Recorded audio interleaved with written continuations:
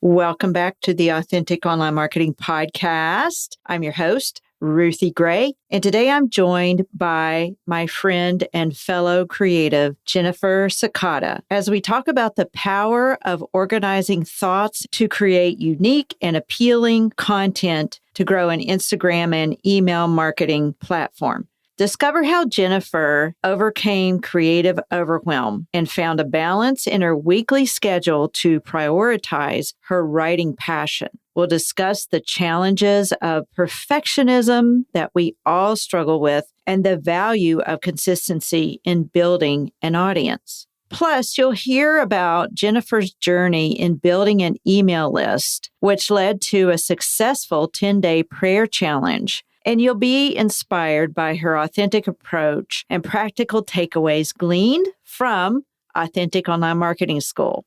Jennifer Sakata is a speaker and author who nurtures growth at the center of real grace and real life. Her winsome joy motivates busy women to slow down and live a kinder, gentler, more grace-filled life.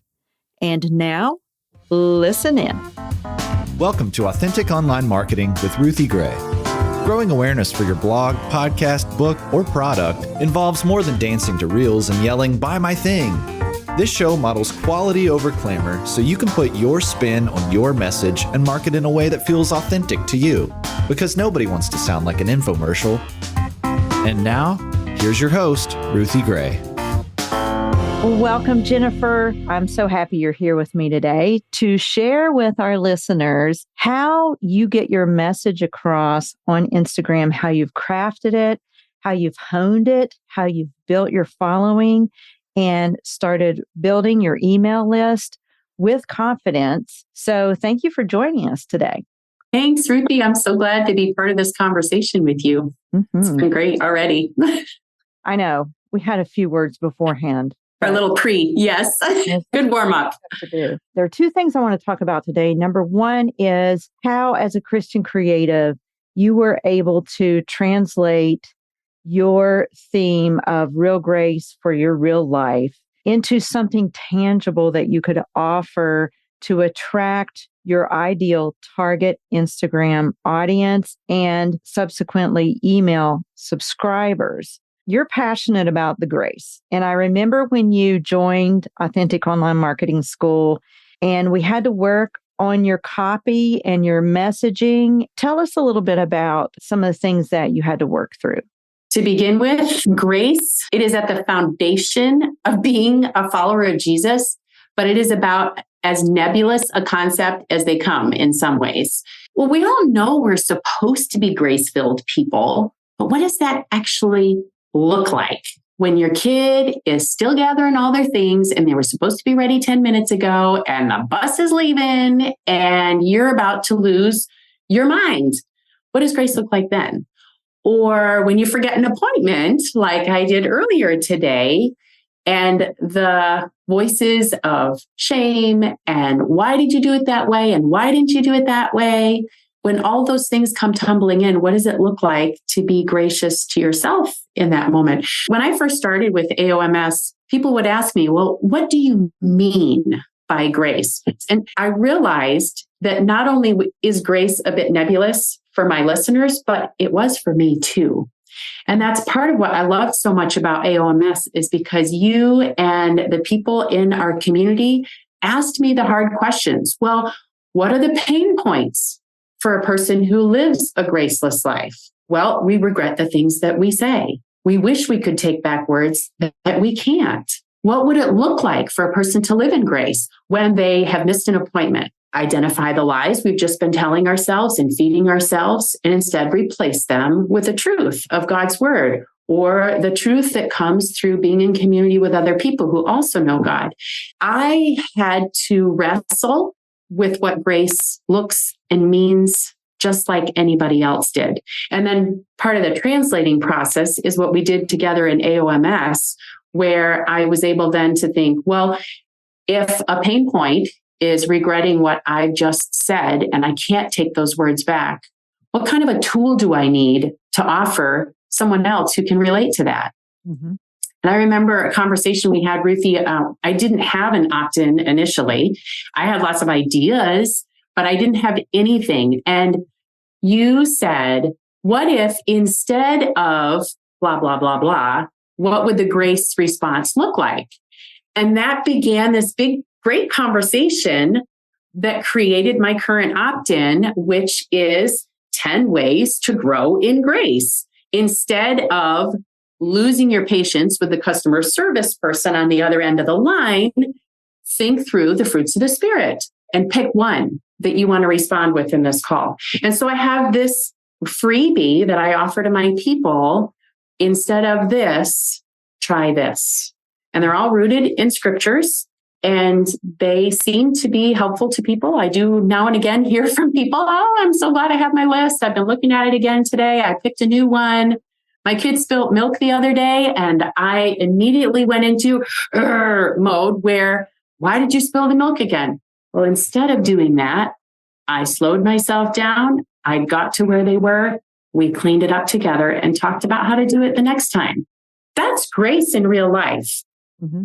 But sometimes I think we need practical helps to understand what that might look like. That's an opt-in that I offer. And that came as a result of our conversation together, trying to make this big theological concept more practical for our ordinary everyday lives where we need it. I remember distinctly that conversation. The whole point of an email opt-in or lead magnet, whatever you want to call it, is to get people on your email list so that you can have a regular email with them, dialogue with them. In order to do that, you have to give them something tangible that they want. We have this conversation a lot in class. The easy default for a Christian creative is to offer as a download 10 verses for Walking in Grace or something like that. That's the easy default.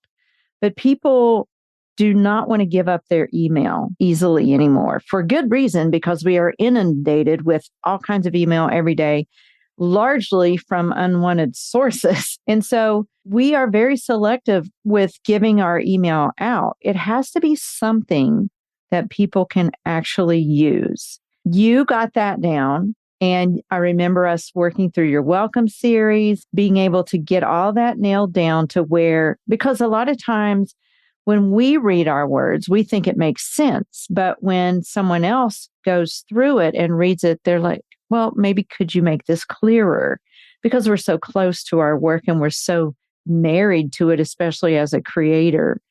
And we're very perfectionistic. And so we tend to also just hang on and hang on and hang on and not release it out into the universe, right? Because we've had some conversations about that, right, Jennifer? The other part of it is not only do we hang on, but because we've spent so much time thinking about it, we think everybody else understands it the same way that we do. What's something that we have figured out, maybe a tip or a practice that has become a regular habit for us, not everybody has figured that out yet. And so that's that place where from the class, I grew in confidence that I do have something that I can offer people that is useful, that they would want, that they can turn to. I'm working on a freebie right now that has to do with prayer. Well, that has come largely as a result of the response that I've received from my listeners and my readers. Mm-hmm. Because now what that tells me is this is hitting a need that people have. So I'm in the process of creating something that I already know people want, because again and again and again, when I put out a reel that includes a prayer or a newsletter that includes a prayer, the feedback I get from people is, thank you. I've never learned to pray like this. Mm-hmm. Will you show me more? I remember when you first started, you said, well, how do I know what people want? Do you remember that conversation? I do I know? And so you got from there where you were just beginning to build your Instagram to here. Like you said, you are getting follower engagement and response to what you're putting out. And then you're getting email subscribers that are writing back and saying, thank you. Tell us, how did you get from there to here? How did you know what they wanted? I would sum it up as organizing. organizing my mind around what is it that I'm offering? What is my brand? Not just my colors or what it looks like, but at the end of the day, what makes my message unique and attractive to somebody else? And it was those ongoing conversations that we would have, trying to dig deeper into what's practical. I am a creative with way more ideas than I can ever put into practice.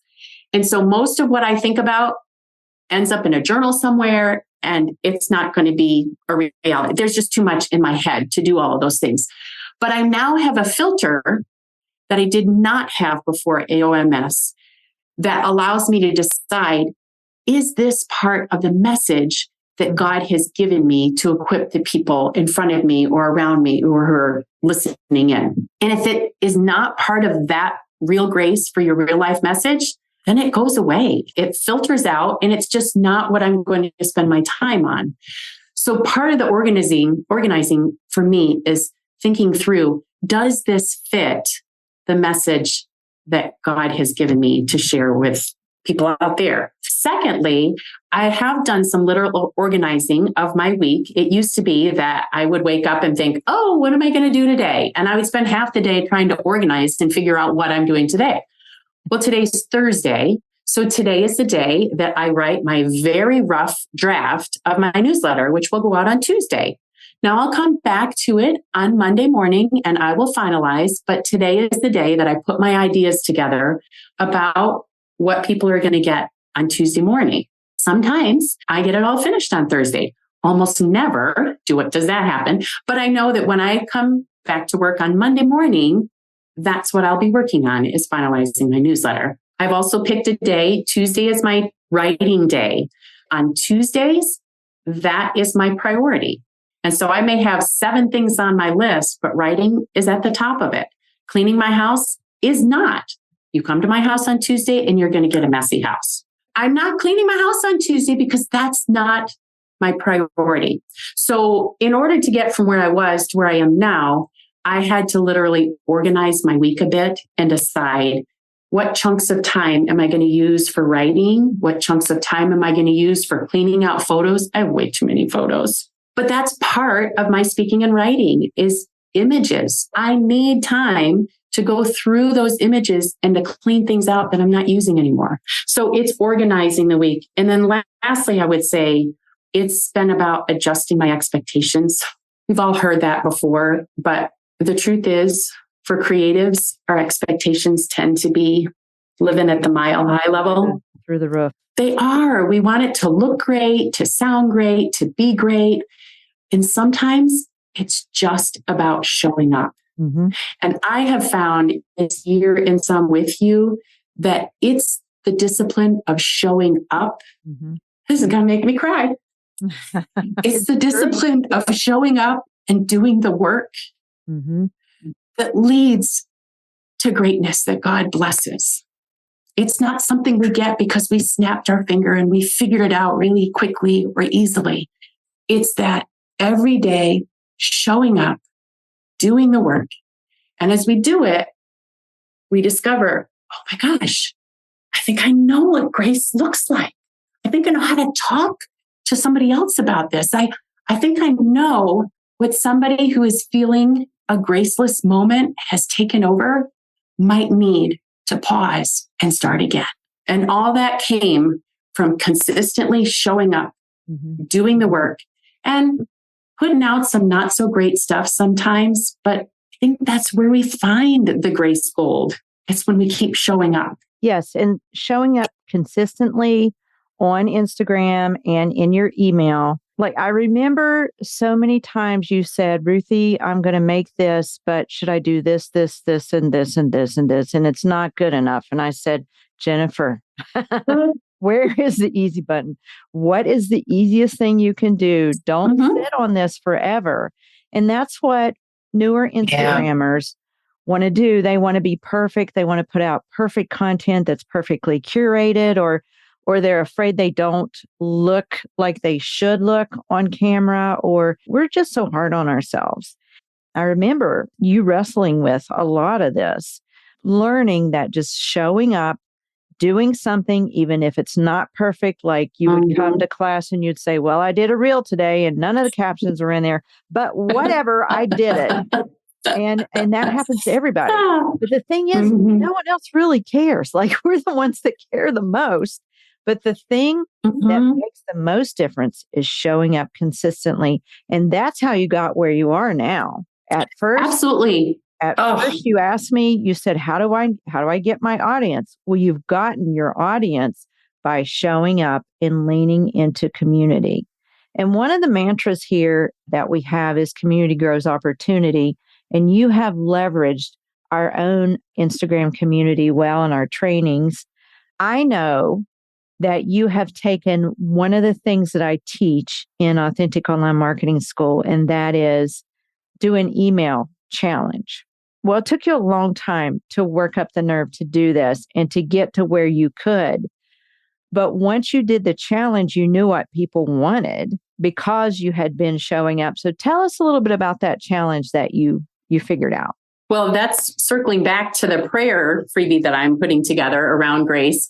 So I did a 10-day back to school prayer challenge in September, thanks to you, Ruthie, because I thought if I'm going to do a challenge, if it's going to be successful, it has to be 30 days. And I remember thinking, good Lord, I can't even pray 30 days in a row. Why would I expect that of anybody else? I thought, okay, 10, that would be a good challenge for me, maybe a challenge for others. And here's what I found, that these prayers that God gave me, that I crafted a bit in a form that I could then offer to others on my email, they spoke to people.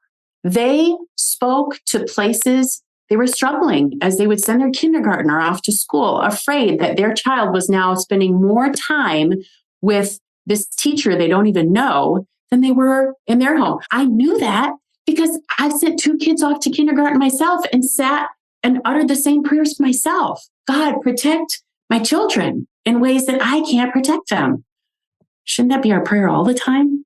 Not just when they're going to kindergarten, but that's what I had to learn. And that's what I was then able to offer. So here's the cool thing about it. I'm not tech savvy. You know that. It was a huge leap for me to figure out how to create an automation so that every single day for 10 days, people would receive in their inbox part of the prayer challenge. And it worked. Now, the first day, there were a couple of glitches, but people were so gracious because that's a language I already speak. So they were speaking it to me as well. So I had to make some changes at the beginning, but we spent 10 full days together learning how to pray. And I had quite a few people come to me or either write to me or people in town here who had read it and said, you need to do something with this. I wish I had these prayers all together. So that's what I'm working on now. It's been quite a few months. It's taken me a while, but that's what I'm working toward putting together to offer people. I never would have thought to do that before AOMS because truthfully, there were too many steps. There were too many places to fall apart, too many things I didn't know how to do. But it was, again, I showed up to work and I took it one step at a time. And first I wrote the emails. Then I did some research and figured out how to do an automation. And then I did some experimenting. And in a relatively short period of time, I was able to offer people something they really resonated with. And I was so proud of you for that. And if you guys are listening right now and you're thinking, what is she talking about? Automation and the email challenge and all this stuff. If you are kind of new to this terminology, just know that we don't start you off with that in Authentic Online Marketing School. We start you with the basics. We give you the tools to slowly let your lead out and explore the waters. And that's what Jennifer did right from day one. She went from how do I find my audience and how do I know what people want and how do I know what my content should be to now you regularly do reels. You've become really comfortable with reels. They are very effective for you, for your following, and you love sending your newsletter and you love crafting it because I think part of it is, well, you're a writer, of course, and a speaker. But the other thing is we gave you some pretty cool tools inside AOMS to know what to do next with that. What are a couple of those tools that really made the difference for you? That's a perfect question. When you get to the second phase or the second half of the course, when you're looking at emails, Ruthie can I tell them about the cafe method? Sure. I won't say very much about it. So there's your tease. You sign up for the class so you can learn her cafe method. So I'll just tell you one of the letters. So the E in the word cafe stands for edge. And I remember when you introduced this, Ruthie, I had no idea what you were talking about. But edge is your personality. It's those things that show up without your thinking about it. Mm-hmm. So, for example, I had no idea until your class that I say seriously all the time. Mm-hmm. I actually asked my family, what is something that I say all the time? I say it, so I didn't realize I'm the one who's saying it because I'm the one saying it. They said, seriously? I said, no, really, what is something that I say all the time? And my older son said, seriously? And then he winked at me. And he goes, Mom, the word is seriously. I didn't realize that I had a personality to offer my readers. Yeah. And taking your class allowed me to identify what some of those things were. The edge is also the way you speak in front of other people. It's not just the phrases, but the way you carry yourself and communicate. Do you have a warm way of communicating, or are you more factual and educational? Are you a combination of both? Are you funny and witty or sarcastic? Or all of those are part of your edge. And I didn't know I had one. Mm-hmm. But once I keyed into that, it was so much more fun for me to write. And if you were to read my newsletter from this past week, in fact, the word seriously does show up in that newsletter this past week. It often does because it's part of the way that I carry myself. But anyway, I would say edge was one of those tools to keep that in mind when I'm writing. And what I went back to earlier is expectations. Mm-hmm. Not every post, not every newsletter has to be a winner. It Right. doesn't all have to be curated and put together. In fact, some of my best reels are the ones that came to me after I finished a run and I'm wearing my neon yellow and I'm sweaty and I've got a hairband or something else on and I look terrible, but it's real grace for my real life. That becomes part of my brand. So if you look at my feed, you'll see my bright yellow jacket any time of the year because I've been out running and I had some thoughts after I finished running. Well, at the beginning of the class, I would have showered, put on my makeup, done my hair, cleaned up before I even tried to do anything and take 28 takes. I don't need to do that. I mean, that's what makes your reels uniquely you, part of what you do. You have found your niche and what works for you. And people want real people. They're tired of fake. They want authentic. Yeah. You have translated all of what you offer beautifully into that real grace message. The second thing I wanted to talk about as a creative, a Christian writer or speaker, we want to do our passion and our craft. And we think we don't have time to be on social or send the email. We think it has to be either or. Mm-hmm. And what I want the listeners to realize is sometimes you have to take a step back and invest in some learning or take some time to get your rhythm down, just like Jennifer did, so that you are in the habit now. You know what your content pillars are on Instagram. You know what you want to offer. You know how to integrate that into your email list because you can repurpose content and expand on content into your email list. Once you get in that habit, then it doesn't have to be all consuming. Jennifer, you just were published again in a book, and she has learned how to do both. I think maybe you kind of touched on that earlier when you were talking about your organization and deciding your writing day and your email day and your cleaning day and all of that. That is exactly right, Ruthie, because when I first came to AOMS, and this has to do with modifying our expectations, I thought that I had to create something brand new all the time. And one of the best things that you ever said to me was, repurpose, repurpose, repurpose. And I remember thinking, then people won't think I'm creative. People will get bored with what I'm saying. And the truth is, most people don't see what we put out the first time. Everybody knows this statistic. It takes a minimum of 7 different types of exposure before you even get people's attention. And when I started to wrap my mind around how that impacts how I speak and write, there was a freedom for me of realizing I don't have to create something new every time. In fact, I'm sabotaging myself and my ministry and my message when I am constantly turning the wheel, trying to turn out new things. Because there are things that I wrote, I don't know, a year ago on my Instagram account that I've literally gone back and they are just as well received, if not more so, as they were the first time than when I do it the second time. But that's exactly it. It's repurposing. What I write in my newsletter is most of the time content for a little clip that I've put on Instagram. So the publication you just mentioned, the devotional that I'm in called Trusting God, which is coming out this month, I wrote a lot about that in last week's newsletter episode. Well, I pulled out parts of that, which I've highlighted in a reel this week, in a carousel this week. There's going to be another quote that's going to come out this week, which is a quote from our book. And so that's not new material. It was back in June when I first wrote that. And I'm still using that material because I know it's good and because I know people want it and it will be helpful to them. And so I'm just using it in a variety of ways instead of feeling the pressure of having to recreate something else that's good. I know this already works, so why not share this? Why reinvent the wheel? Yes. Friends, you have content. Part of what Ruthie's class does is helps you identify what that content is, and then to be able to package it in a way that is more helpful to people.